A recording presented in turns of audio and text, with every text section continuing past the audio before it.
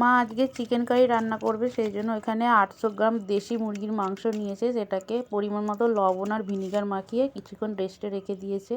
আর এদিকে নিয়েছে রসুন বাটা, আদা বাটা, পেঁয়াজ কুচি, একটা মিডিয়াম সাইজের টমেটোকে মাঝখান থেকে দুভাগ করে নিয়েছে, ধনেপাতা কুচি, শুকনো লঙ্কা, গোটা গরম মশলা ফোড়নের জন্য নিয়েছে। এদিকে গ্যাসের ফ্লেমটা অন করে একটা কড়াই বসিয়ে কড়াইটা ভালো করে গরম করে নিয়ে তাতে পরিমাণ মতো সর্ষের তেল দিয়ে দিয়েছে। এইদিকে চিকেন কারিটা করার জন্য জল গরম বসিয়ে দিয়েছে। এদিকে তেলটাও গরম হয়ে গেছে, তার মধ্যে শুকনো লঙ্কা আর গোটা গরম মশলা ফোড়ন দিয়ে দিচ্ছে। ফোড়নটাকে ভালো করে ভেজে নিচ্ছে। তারপরে রসুন বাটাটা দিয়ে দিল। রসুন বাটাটা দিয়ে আবার ভালো করে ভেজে নিচ্ছে।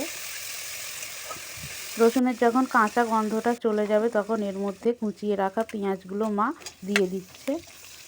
এবার পেঁয়াজগুলো দিয়ে ভালো করে ভেজে নিচ্ছে। মা প্রথমেই মাংসের মধ্যে পরিমাণ মতো লবণ মাখিয়ে রেখেছে, তাই আর কষানোর সময় কোনো লবণ ব্যবহার করবে না। পেঁয়াজগুলো যখন একটু নরম হয়ে যাবে তখন তার মধ্যে লবণ আর ভিনিগার মাখানো মাংসটা মা দিয়ে দিচ্ছে। দিয়ে ভালো করে আবার সব কিছুর সাথে ভেজে নিচ্ছে। এবার কিছুক্ষণ ভেজে নেওয়ার পর দিয়ে দিচ্ছে পরিমাণ মতো হলুদের গুঁড়ো, দিয়ে দিচ্ছে যেরকম আমরা ঝাল খাবো সেই অনুযায়ী লঙ্কার গুঁড়ো আর জিরের গুঁড়ো দিয়ে দিচ্ছে আদা বাটা। এবার সব কিছু মশলা ভালো করে মাংসের সাথে কষিয়ে নিচ্ছে।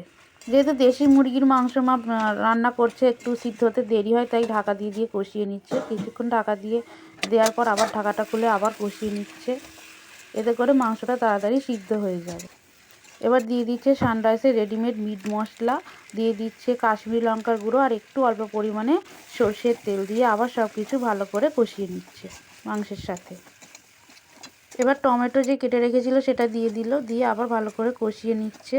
দেখুন মাংসটা থেকে তেল ছেড়ে দিয়েছে। আর এদিকে যে জলটা গরম বসিয়েছিল সেটাও গরম হয়ে গেছে। এবার ওই গরম জলটা মা মাংসের মধ্যে দিয়ে দেবে। চিকেন কারিটা খেতে দুর্দান্ত হয়েছিল, আপনারাও বাড়িতে এভাবে ট্রাই করতে পারেন। আমরা যে পরিমাণে ঝোল খাবো সেই পরিমাণে মানে যেরকম গ্রেভি হবে সেই ততটুকুই জল মা সেই বুঝেই গরম করেছিল।